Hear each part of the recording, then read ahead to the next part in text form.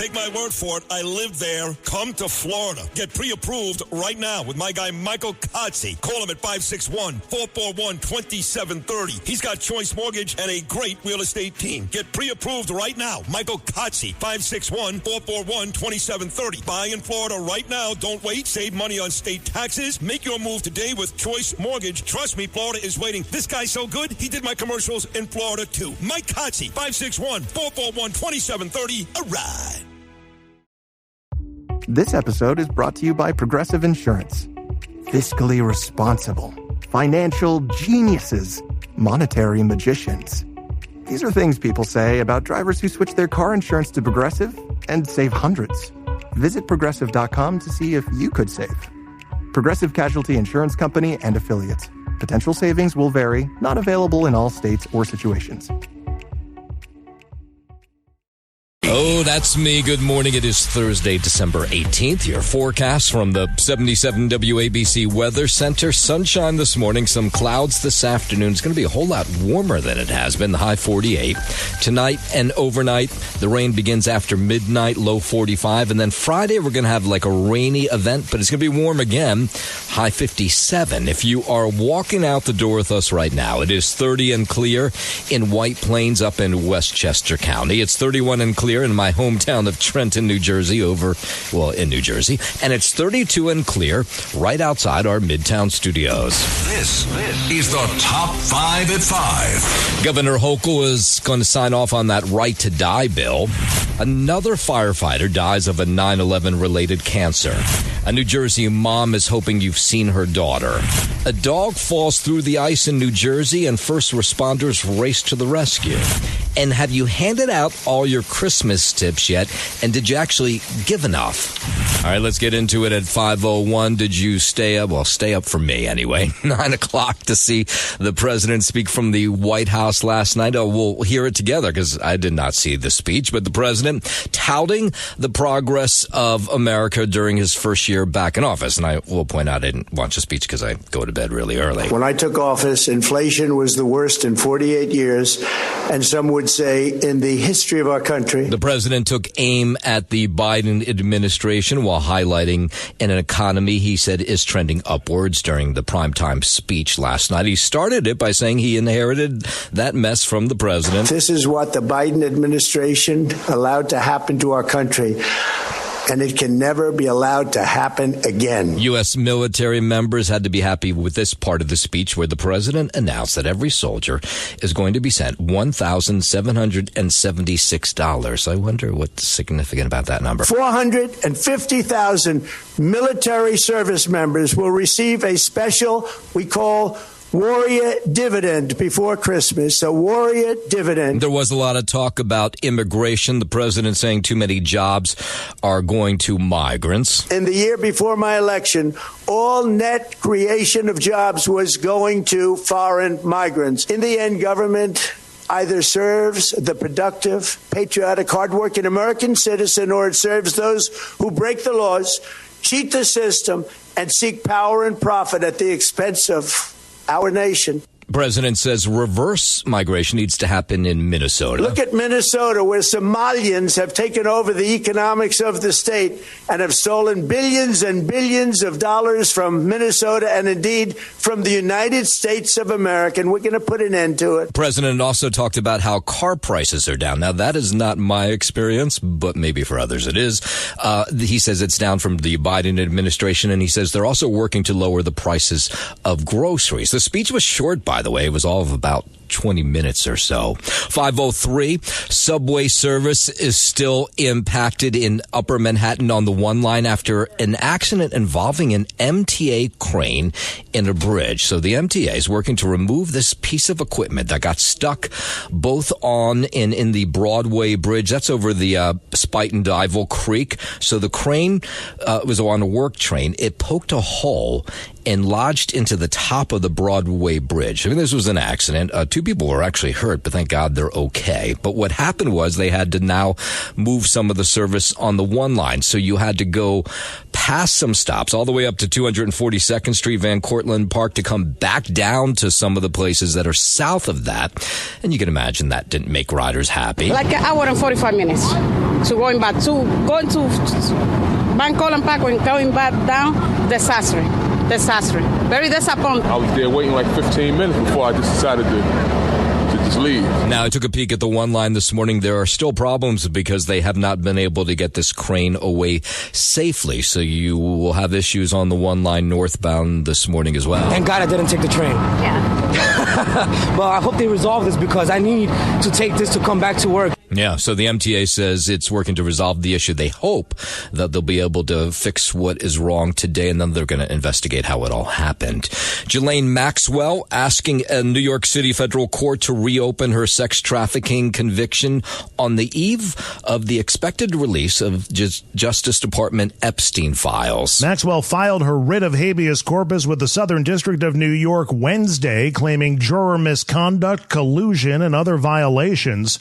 She says new information from ongoing lawsuits shows key info in her case was withheld and that people lied at her trial. It's not clear if or how her filing could impact Friday's scheduled deadline for release of the Epstein files, as ordered by a recent act of Congress. Andrew Whitman, NBC News Radio, New York. 5:05, Governor Hochul says she's going to sign this controversial right to die bill, making physician-assisted suicide legal here in New York. The law allows New Yorkers with incurable illnesses and less than 6 months to live to request a medication to end their own lives. We can finally give that choice and not have government stand in the way of a very deeply personal decision. New York's Medical Aid in Dying Act, it requires that a terminally ill person who's expected to die within 6 months make a written request for life-ending drugs. Now, 2 witnesses would have to sign the request to ensure that the patient is not being coerced. The request would then have to be approved by the person's attending physician as well as the consulting physician. So 12 states plus Washington, D.C. already have similar measures on the books. It must be a well-informed decision, by someone who is fully capable of making that decision without any pressure. The governor is a Catholic, and she admits dealing with some internal turmoil before making this decision to sign. There's a lot of religious conflict within me, the way I was raised and the issues, but I also have realized it's not about me. It's about 20 million New Yorkers. This piece of legislation has been up in Albany for it's maybe a decade already. Well, it was first introduced, I think, 2016, stalled for a number of years amid opposition from the New York State Catholic Conference and other groups. The Catholic organization argued the measure would devalue human life and undermine the physician's role as a healer. And in fact, in a statement after the governor's announcement yesterday, you had Cardinal Timothy Dolan and New York's bishop saying that this signals our government's abandonment of its most vulnerable citizens, telling people who are sick or disabled that suicide in their case is not only acceptable but encouraged by our elected leaders. And so they're against, of course, this decision. Same holds true in the Orthodox Jewish community. Here's a spokesman from Brooklyn. When you're born was not on your terms. The same thing goes for when it's in. It's not on your terms. Just because right now you think it's all gone, maybe the last day it's going to happen. Yeah, so definitely a controversial bill. We'll see if it affects the governor at all as she runs for election next year. WABC News Time 5:09. Over in New Jersey, they're rejecting new CDC guidelines that allow parents to say no to giving their newborns the hepatitis B vaccine. It took the New Jersey Health Department less than 24 hours to push back on Tuesday's guidance from the CDC recommending the initial hepatitis B dose be administered at age 2 months or later rather than right at birth. It cited the importance of informed consent. Universal hepatitis B guidelines implemented nationwide in 1991 called for newborns to be vaccinated within 24 hours of birth. Governor Murphy says that policy has saved countless of newborns from infections and deaths. James Flippin for 77 WABC News. Let's head down to D.C. The House has narrowly passed a GOP health care bill that does not extend expiring Affordable Care Act subsidies. Wednesday's vote was 216 to 211, with 4 moderate Republicans who had broken earlier from party leaders ultimately voting yes. Kentucky Republican Thomas Massie was the only member of his party to vote no. The bill now heads to the Senate, where it's not expected to pass. That would leave millions of Americans facing higher health care premiums as Congress leaves for the holiday recess. I'm Tammy Trujillo. From D.C., let's go up to Rhode Island, where investigators continuing their search for the gunman in Saturday's deadly shooting at Brown University. Correspondent Aaron McLaughlin reports there's now new video of the man who may be responsible for fatally shooting 2 students and wounding 9 others. In the footage released by the FBI, stitched together from Ring camera footage taken from homes and businesses in the area, even dash camera footage, you see the person of interest walking not far away from the campus about 2 hours prior to the attack. You would imagine at some point someone will recognize this individual. Now, there's no video showing him or her, we don't know for sure, entering the building, but he is seen walking away later. At one point in the footage, you can see the individual running, and then he passes the building where the shooting took place about an hour before the attack, but you never see him enter. And then after the attack, there is footage of him walking away. Authorities say they still have not identified the person of interest in that video. The Attorney General at yesterday's press conference saying that once they have that identification, he's confident they'll be able to find him. Yeah, and the Providence Police Chief, Oscar Perez, up there saying the same thing. He says once someone's able to sort of identify him, even if they don't know where he is, give a name, they say it'll just be a matter of time till they track him down. 511 to Los Angeles, where Nick Reiner appeared in a Los Angeles courtroom yesterday, formally charged for the stabbing deaths of his parents, Rob Reiner, and his wife. His lawyer spoke outside the courthouse afterwards. There are very, very complex and serious issues that are associated with this case. These need to be thoroughly, but very carefully dealt with and examined. And looked at and analyzed. Prosecutors say the 32-year-old murdered Rob Reiner and Michelle Reiner, his mom and dad, in their Brentwood home on Sunday.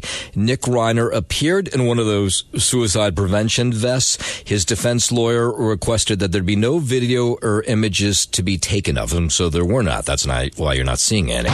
We ask that during this process, you allow the system to move forward in the way that it was designed to move forward, not with a rush to judgment, not with jumping to conclusions, but with restraint and with dignity and with the respect that this system and this process deserves. Now, we heard what Nick Reiner sounded like in court yesterday. The judge addressed him during his court appearance. Mr. Reiner, do you have a constitutional and statutory right to a speedy arraignment? Your counsel is requesting that your arraignment be continued to January 7, 2026. Do you waive your right to a speedy arraignment so that your arraignment can be heard on January 7, 2026? Yeah, so Nick Reiner being charged with 2 counts, first-degree murder. He did not enter a plea, and the judge said that in his arraignment will continue January 7th. Meanwhile, we're hearing from his siblings, Jake and Romy Reiner, the 2 other children of Rob Reiner and his wife, Michelle, speaking out for the first time. Well, not speaking out, but putting out a statement. They said that words cannot begin to describe the imaginable pain we are experiencing every moment of the day. The horrific and devastating loss of our parents, Rob and Michelle, is something that no one should ever experience. They say they weren't just their parents, but they were their best friends, and now they're asking for privacy. 514, 2 middle school girls who went missing after a basketball game in Colorado. Thank God they have been found safe. This was a big story over the last 24 hours. The major challenge in beginning this search was that neither of these teen girls had cell phones with them, which is probably a story in itself. A teen without a cell phone. Parents had their cell phones, so they had no communication devices, because normally we can ping the phone and try to find a location. That was not an option. Yeah, authorities say the girls walked away from a school campus and were reported missing later that evening, prompting this large search. A rancher then contacted law enforcement after the girls arrived at his home, which was just a couple miles from the school, where he gave them food. Officials say the girls safe, being reunited with their families, and an evaluation underway to see what happened, whether it was on purpose or by accident. President Trump says that he will designate Venezuelan President Maduro's regime a foreign terrorist organization and order a blockade of all sanctioned oil tankers entering and leaving Venezuela. Tony Waterman has more. It's unclear how exactly oil tankers will be stopped from entering or leaving Venezuela, but the U.S. has amassed thousands of troops and nearly a dozen warships in the Caribbean in recent months. In posts on Truth Social, the president said he had directed a total and complete blockade of sanctioned oil shipments, ramping up pressure on the South American country. Venezuela has the world's largest proven oil reserves, and the industry is the main source of income in the country. The Venezuelan government has called this latest threat from President Trump grotesque and warmongering threats. But the president also warned that the pressure will intensify until oil, land, and other assets that he says are stolen or returned to the United States. In a moment, we'll give you the latest on this hearing that took place on Capitol Hill yesterday about retail theft and why shoplifting has become so bad over the last couple of years. We'll get into that story in just a moment. But first, 5:15, let's head over to the 77 WABC Sports Desk. Good morning, Justin Ellick. Good morning to you, Noam Layden. Start here with a look ahead to tonight. The Knicks, coming off that NBA Cup championship, they'll return to the hardwood in Indiana against the Pacers. 4.5-point favorites against the Pacers. Their 7 p.m. tip-off. And they've also decided against hanging a banner at Madison Square Garden for winning the NBA Cup, although Knicks head coach Mike Brown intimated a banner would go up. A decision was made against it shortly after the Knicks did defeat the San Antonio Spurs on a Tuesday night for that. Can you imagine if that banner went up and then they don't win the NBA championship? It just looks stupid, you know? Yeah, well, I mean, you saw that, you know, with the Lakers last year. You know, they win the NBA Cup, and that's pretty much all they had to show for last year. So right, so it's just, and nobody even understands what it is, so why put it up there? Exactly, yeah, I don't think it warrants throwing up a banner either, to be honest. You know, you take the trophy, you put it in a case somewhere in Madison Square Garden, wherever they keep, you know, their trophies, somewhere special, and, you know, you put a nice little plaque underneath it, or a nice whatever. Or you could put it up once they win an NBA championship. If they win the NBA championship, which is a possibility this year, then you put it up next. But I'm just talking about the physical cup trophy. The cup itself, the actual NBA Cup trophy. Is anybody really looking for that? Of course not. No. Does anybody want to see it or take a picture? I don't really think so. I couldn't even pick that cup out of a lineup. Me neither. Of cups. I can't tell you. Yeah. I can't tell you what it looks like, to be honest with you. No idea. It'd have to be a cup of some form, right? But yeah, the past two winners being the Lakers and the Bucks, they do have banners in their respective arenas, and of course the Knicks haven't hung a team banner since winning the Eastern Conference in 1999. Nets back in action tonight as well. They'll welcome in the Heat as 6.5-point underdogs there. 7:30 p.m. tip-off in that one. Head to the ice in Vegas. Jesper Bratt scored the winning goal in a shootout, and the Devils defeated the Vegas Golden Knights 2-1. Connor Brown scored in regulation for New Jersey. Jake Allen made 37 stops. Up next for the Devs, they play at Utah tomorrow night. Rangers back out there tonight out in St. Louis against the Blues. That's an 8 p.m. puck drop there. Head to the MLB. Some offseason news for the Mets and Yankees, for that matter. Reliever Luke Weaver and the Mets agreeing yesterday to a 2-year, $22 million deal. Weaver joins Devin Williams in moving from the Yankees to the Mets this offseason, reunited with the right-hander to hopefully fortify a bullpen that recently lost star closer Edwin Diaz to the Dodgers. Weaver and Williams are the latest high-profile Yankees to depart for the Mets in recent years, joining a list that does include outfielder Juan Soto, of course, right-hander Clay Holmes, and manager Carlos Mendoza. A lot of back and forth between the Yankees and Mets lately. And it is Thursday, which means the NFL back underway. What are we, week 16 already? How about that? 11-3 Rams at the 11-3 Seahawks. Seahawks there, 1.5-point home favorites. Game. Yeah, it's a great game. It's the battle for first place in the NFC West. So that's your sports know. And I'm Justin Ellick on 77 WABC. WABC News Time 5:20. The National Guard will not be leaving the streets of D.C. following a ruling by a federal appeals court. A 3-judge panel of the U.S. Court of Appeals for the District of Columbia overruled a lower court order to end the deployment. The ruling noted that D.C. is not a state and that President Trump has unique powers to mobilize the Guard within the district. The ruling doesn't end the case, but it puts the end of the deployment on hold while legal arguments continue. I'm Tammy Trujillo. The holidays, a prime time for retail theft. A Capitol Hill hearing yesterday was focusing on the organized rings that are driving this trend. I think over the past several years, our southern border policies has contributed to this chaos. And that's definitely part of it. Texas Republican Congressman Troy Nehls says that during the Biden administration, illegal immigrants who were part of these rings were deported and then allowed back across the southern border. And he predicts that 1 year from now, the organized retail crime will be on the decline thanks to President Trump's immigration crackdown. The increase in crime is because of our southern border and that poor southern border over the past several years. Yeah, but when you talk to law enforcement people across the country, they're not sure that's all what it's about. In fact, local leaders asking the feds for help yesterday, cracking down on organized crime rings that they say are the driving force behind this uptick, this huge uptick in shoplifting. We need a national data bank so that we can really go after this sophisticated crime.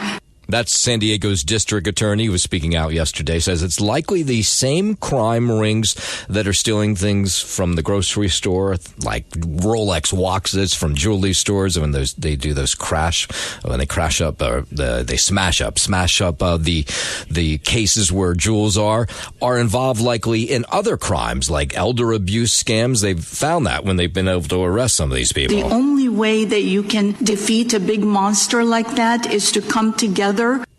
Sophisticated crews have come across multiple countries. And how do we know? It's when we arrest them and we download their phones using a proper search warrant. Yeah, and she says it's all about sharing information between these agencies and keeping better track of these organized retail crime theft rings, which are all over the country right now. 522, President Trump moving ahead with reclassifying marijuana. New Yorkers reacting to this as the president gears up to sign an executive order switching the drug from a Schedule 1 to a Schedule 3, easing federal restrictions. About time. Okay, yes. I think this is a good way for them to try at least to, make it more functional, I guess that would be a good idea. Even though I have little understanding about it, it sounds like a good idea. I can't really talk on that subject. I gave that up a long time ago. He doesn't smoke anymore, but the reclassification would not completely legalize it on a federal level, but it won't change state laws. By scheduling marijuana as a level 3,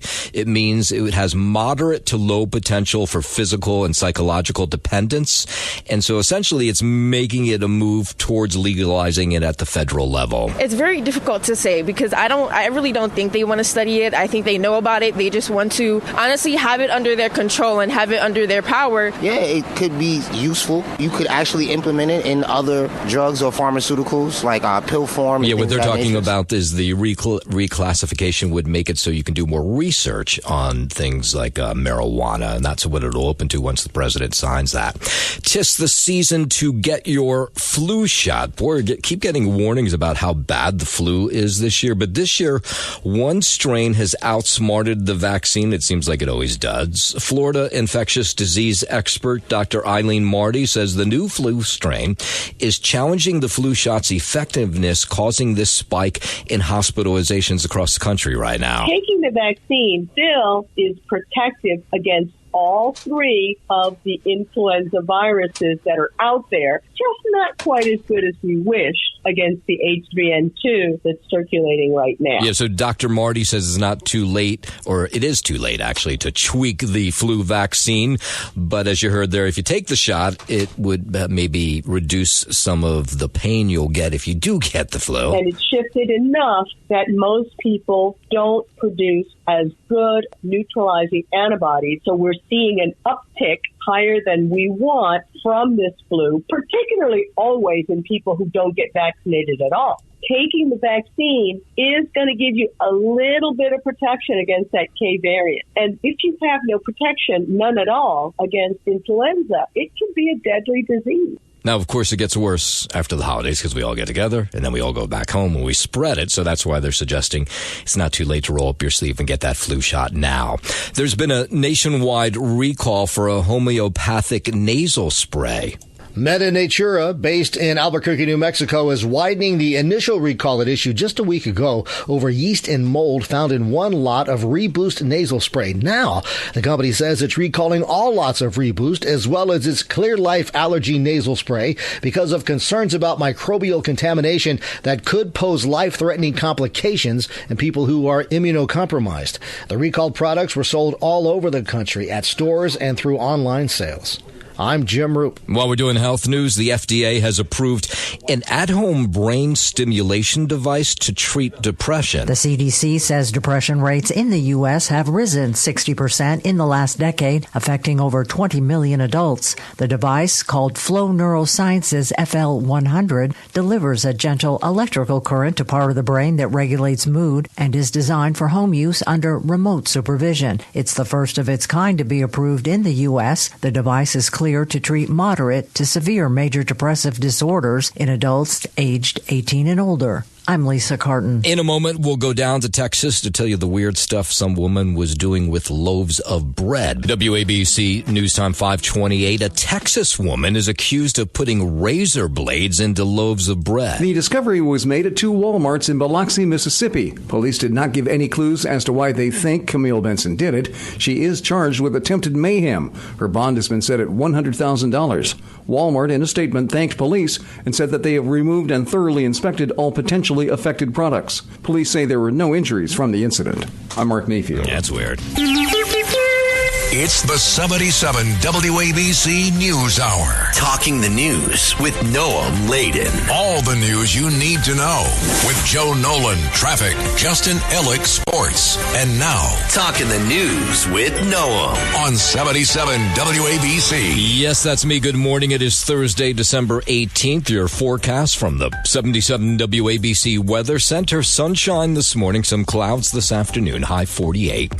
Tonight and overnight, rain after midnight, low 45. And then Friday, it's going to be raining on and off, but it's going to be warm, the high 57. If you are walking out the door with us right now, so happy you are, 30 clear in White Plains up in Westchester County, 31 and clear in Trenton over in New Jersey, and it's 32 and clear right outside our Midtown studio. WABC News Time 539. LIRR riders bracing for higher travel costs with one fare increase to take effect in just weeks, and another will likely come in 2027. The MTA Authority Board signing off on this four-year financial plan yesterday that includes this new round of fare hikes. So beginning January 4th of next year, LIRR fares will rise 4.5%, while other ticket types will jump about, the monthly passes, I should say, will jump 4.5%. Other ticket types will jump about 8%. And here are some riders who say, wait a minute, we're going to get a fare hike in 2026 and then another one in 2027. That doesn't seem fair. It's going to dig a hole in your pocket. It's too much. I mean, we're getting killed. Maybe they should show some improvements if they're going to be charging people more money. Now, I will point out, nobody ever says, oh, well, fare hikes, that's great. I mean, always going to complain about them. But they do say, hey, wait a minute, about what's with all this money you're collecting from congestion pricing? Why are we still getting fare hikes? MTA officials say the fare hikes come as the agency works to control costs, pointing to $500 million in operating efficiencies while expanding and improving service. Now, riders on the LIRR, a number of them that spoke out yesterday said they have noticed the improvements. That service is pretty good. They just don't want to have to pay more for it. In West Nyack yesterday, awfully sad day. Firefighters lining West Nyack Road for one final salute to Peter Grossback, the 63-year-old from Orangeburg, died from 9/11 related cancer. He spent nearly 3 decades with the FDNY working on the pile after the 9/11 attacks. I mean, it's just every time I read these stories, it's just heartbreaking because here was these guys who gave their all after the 9/11 attacks, and one by one they're going down with cancer. So yesterday they had a salute for the 63-year-old, and lots of people came out to say their goodbyes. Whenever I came to work and I saw Pete sitting there, I said, I'm going to have a good tour. Died way too early. More 9/11 related deaths, and it's just terrible. It's another tragedy. It is. I mean, 63 is way way too young. The FDNY has lost almost 500 members at this point to World Trade Center-related illnesses, a toll that is expected to climb a whole lot higher. Many current and retired city firefighters were there yesterday to honor Groesbeck. Peter's the 419th World Trade Center loss that we've had post 9/11. Another sad tragedy. Unfortunately, these are getting more and more every year. Again, just heartbreaking. Groesbeck leaves behind a wife and his entire firefighting family. 5:41, while we're then in that neighborhood, police investigating the deaths of a man and a woman inside a home. This was on Homer Place in Poughkeepsie. Neighbors knew this couple. We don't want to ID them because the police have not yet, but they said they were shocked by the fact that this is going to be likely labeled a murder-suicide. It's very, very upsetting. I walked my dog about 10:30 and everything was fine. And then I came back out about 12:05 and I saw like all the cops. We really all know each other. So I ran to the store, came back, and by the time I came back, they had caution tape up. I saw an officer coming back with crime scene tape in their hand and coming back to one of the farther cars, and then I was like, oh, that can't be good. Yeah, and it wasn't. A male and a female, both in their 50s, pronounced dead at the scene. Police say the investigation's ongoing. It's surprising, it's scary, it's unheard of. Yeah, it's all those things. Authorities stressing no threat to the public. The department has not released the identities of that couple. 5:42 from the Hudson Valley. Let's go over to New Jersey, where a mother in East Orange is just pleading with the public's help to find her daughter, who is missing now about a month. Marilyn Crocker says her daughter, Asha, left their apartment building on Harrison Street to go to work. This was back on November 20th, like she did every day, about 9 a.m. She has never returned home, has not contacted any family members since. It's really hard because I don't know where she is. And I don't know if she's hungry or if she's cold or if she's hurt. Yeah, a missing persons report filed with the East Orange Police Department following day. The case was transferred to the department's detective unit. Now, nearly 4 weeks later, Crocker says her family's still searching for answers. They're like walking the streets. They're putting up flyers. They say her disappearance, Asha Crocker's disappearance, is completely out of character. Nothing like that has ever happened before. They say there was no family feuds going on, so they're worried. They just have no idea where she is. Waking up every morning and not hearing anything is just silent. I can't believe that no one hasn't seen anything. Yeah, flyers have been posted throughout East Orange. If I see her, I'll tell her, I love you, sweetheart. Oh, I just want her to be okay. Oh, it's so sad. Let's hope they find her. East Orange police investigating the case, but Crocker says communication from the department and the city has been limited. I mean, well, they're only contacting her, I guess, when they get leads, and so far there has not been many. 5:44, a victim of the frightening attack near a Jewish center that's being investigated as a possible hate crime in Brooklyn is speaking out. Police have released a photo of the man they want to talk to. This was the attack we told you about in Crown Heights, where this individual who was Jewish was walking down the street, got into some sort of dust-up with another guy who then stabbed him in the chest. Now we know who the victim is. His name is Elias Rosner. He's recovering after police say he was attacked in this potential bias attack. He spoke to Eyewitness News yesterday. I appreciate the NYPD for all the hard work they're doing.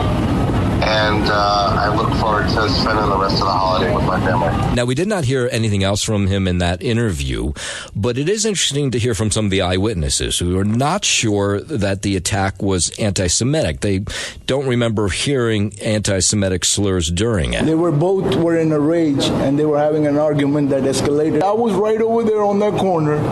I was right over there in that store, and they just started running. I came over here, I saw the guy bleeding. Yeah, so there's videos of the two going at each other, and at one point, the person they're looking for, the attacker, turns around with some sharp object in his hand and stabs this individual in the chest. The guy who was stabbed, for like a couple of seconds, even he didn't believe that he was stabbed. Yeah, so Rosner was treated. He's already been released from the hospital. The attack took place just a couple blocks from the Chabad Lubavitch headquarters right there in Crown Heights on the third night of Hanukkah. Super scary. Honestly, it's very, very scary. I can't believe that happened. It's insane. Whatever's going on in this world, like, something needs to change. Yeah, so since then, the NYPD has received reports of that other possible bias attack, that one taking place on the subway, where you do hear slurs against Jews as these two members of Chabad get onto a train. One of these individuals looking for took that Chabad member by the throat.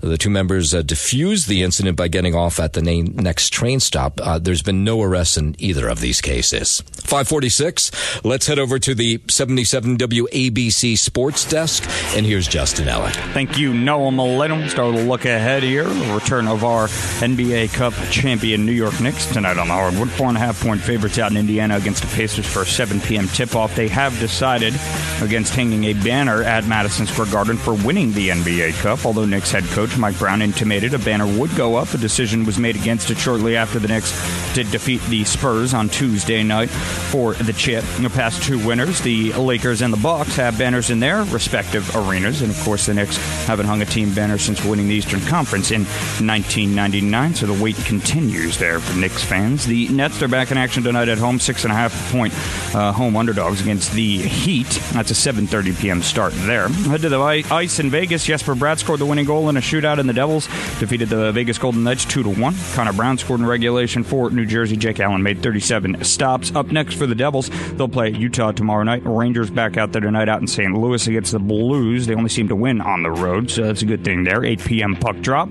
And offseason Mets and Yankees news here. The reliever Luke Weaver and the Mets have agreed to a 2-year, $22 million contract. So Weaver joins Devin Williams in moving from the Bronx to Queens this offseason, reuniting with the right-hander to fortify the bullpen that recently lost star closer Edwin Diaz to the Dodgers. Weaver and Williams are the latest high-profile Yankees to depart for the Mets in recent years, joining a list that includes outfielder Juan Soto, of course, right-hander Clay Holmes, and manager Carlos Mendoza. And it is Thursday, which means Week 16 in the NFL getting underway tonight. Late 8:15 p.m. kickoff, as always, on Amazon Prime. 11-3 Rams at the 11-3 Seahawks. Heck of a matchup there. Seahawks 1.5-point home favorites. That's a battle for first place in the NFC West. Who are you putting your money on? I'm going to go with the Rams on the road. Really? Yeah. Okay. Seahawks 1.5-point home favorites. That really means the Rams are, favored by a couple points on the road. So.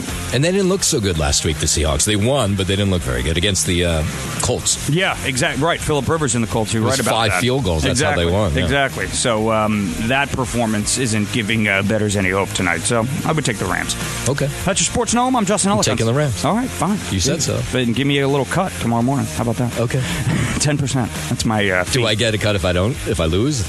Or no? No. Okay. No. You could have answered that question. Yeah. It's a one-way thing. Exactly, okay. right. All right, as long as I know. That says everything in my life. Take it away, Noam. Thank you very much. Traffic, transit now. Here's Joe Nolan. Wait a second. I'm just putting money on the Rams. Hold on. You are too. You want in on this.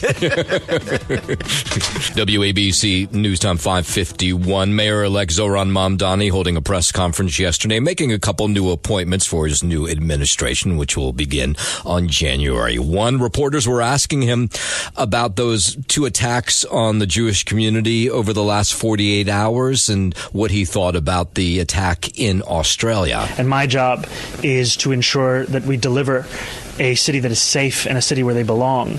And I have been in constant communication with Commissioner Tisch to ensure that we are doing so. Mamdani, who is Muslim, has had strained relations with members of the Jewish community during his campaign over criticism of the Israeli government. I think I would ensure that I am having meetings with Jewish leaders across both the political and the geographic spectrum. Shut up. I think too often in politics there's a temptation to only meet with those you already agree with. Who was that? Shut up. I guess it was somebody in the crowd. 5:52, the woman accused of stabbing a tourist at the Macy's flagship store here in the city has been indicted now. We can't tell you the charges against Carrie Ahern. They're sealed until she's arraigned on January 7th. She is accused of stabbing a 38-year-old mother in the back and arm on December 11th while that California woman, the victim, was changing her baby's diaper in a Macy's Herald Square bathroom. The baby fell from the changing table but is okay. So is mom. Police say Ahern had been released from a Manhattan psychiatric facility the morning of the attack. She'd been held there for more than a year after allegedly threatening to kill Massachusetts Senator Elizabeth Warren. James Flippin for 77 WABC News. A former motel in Island Park out in Nassau County going to get a new lease on life now. The former Long Beach Motor Inn on Austin Boulevard's been vacant for over a decade after being severely damaged during Superstorm Sandy. Now it's being torn down to make way for veterans housing. This has been a horror for over 12 years. My father was a veteran, and I've been involved with the American Legion for many years, and we do a lot for the veterans. The Tunnel to Towers Foundation is leading the project, which will create 57 units of affordable housing for vets. The new development will also offer job training, education assistance, financial management, legal advocacy, medical care, mental health services, and addiction treatment. I'm Lisa Ritchie, 77 WABC News. Let's head over to New Jersey, where automakers Hyundai and Kia going to be required now to install anti-theft devices under a settlement following a lawsuit by 35 states that was co-led by New Jersey. New Jersey Attorney General Matt Platkin says the lawsuit alleges their sale of millions of vehicles did not have the industry standard anti-theft technology. As you may remember, a viral social media trend showed thieves how to bypass anti-theft features in some Hyundai and Kia models, leading to an uptick in stolen vehicles, many of which were later used in crimes. Yeah, do you remember that? All those cars up in the Bronx that were being stolen, and you could just follow along on YouTube, steal the cars. So the settlement requires the companies to put in anti-theft technology in future vehicles and pay millions of dollars in restitution to eligible drivers whose cars were damaged by thieves. You can now return to your dealership for a free mechanical fix that will better protect your vehicle and help prevent future thefts. Yeah, so the Attorney General there, Platkin, saying that failure to include the technology contributed to a spike in auto thefts in the Garden State as well. While we're in New Jersey, officer there being hailed as a hero today after he went onto the ice to rescue a dog yesterday that had fallen through. This was at Lake Mohawk. That's right near the Rainbow Trail in Sparta. About noon yesterday, someone saw the dog fall through the ice. So this police officer who was on patrol, his name is Michael Poon, he used his ice gear to crawl out onto the ice and reach this dog. It was really a spectacular event to watch, and everybody's okay, so we like that. Grab his leash, grab the collar. Oh, good job, Mike. Great job. Good job, man. Yeah, excellent job, really. The rescued dog is a 10-year-old Labrador named Sunkiss, and her partner in crime is a 4-year-old Bruno. They were both out on the ice. I guess Bruno did not fall through. The owner, his name is Chance Dobbs. He lives right on the water there, and he didn't even know that the dogs were gone. But he says they have a reputation of leaving his house together. He has one of those electric fences, and he says they figured out this one weak spot in the fence. Not entirely unusual, but she took it a little far this time. This is not the first, second, or third time in the last month that she's taken off. She taught him to take off. He never used to, but she is a big-time instigator. Yeah, so with the dogs back home, Dobbs is thanking the police officer, let me get his name right, Michael Poon from the Sparta police force for, really putting his life on the line to go and get his dog. I can't thank them enough for their training and being unsung and many times unappreciated heroes looking over our community. Yeah, good job. We'll post that video, by the way, at WABCRadio.com. And we'll end with this story.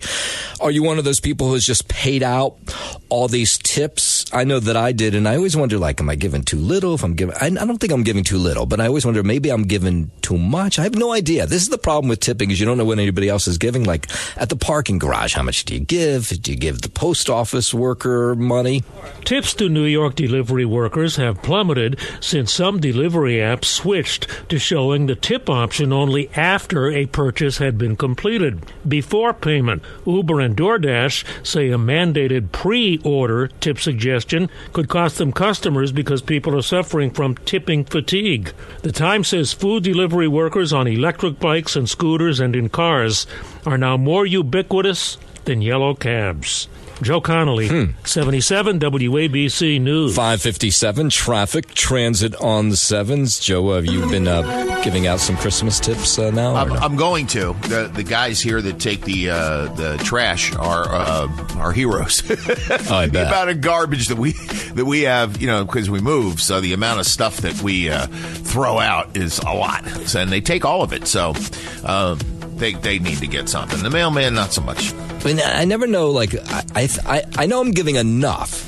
I think I am anyway, but you don't have anything to compare it to. Like, there's not like a standard to give the trash guy, right? No, not at all. So, like, anything I guess is good, but like I gave out the money at the garage. First of all, there was all of a sudden there's 80 people that work there. Yes, I know. That was always funny. Yeah, Christmas time, all of a sudden they have a big staff. Yeah, like I get this Christmas card. There's people I've never seen, I've never heard of in my life. They're on the card. So I'm like, what do I do with that?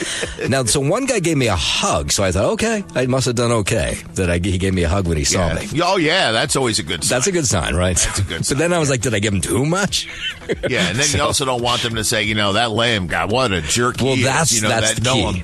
Yeah. Because he's right, especially since he's driving my car every day, putting it into the garage and then taking it back out. That's true, too. Thanks for listening to the News Hour with Noam Laden. You can hear the News Hour with Noam Laden weekday mornings at 5 on 77 WABC. If you like the podcast, share it with your friends and listen anytime at WABCRadio.com and download the WABC Radio app. Hit that subscribe button on all major podcast platforms. Plus, follow WABC on social on Instagram, TikTok, Facebook, and X. See you next time for a new episode so you never have to wonder. What the heck is going on here?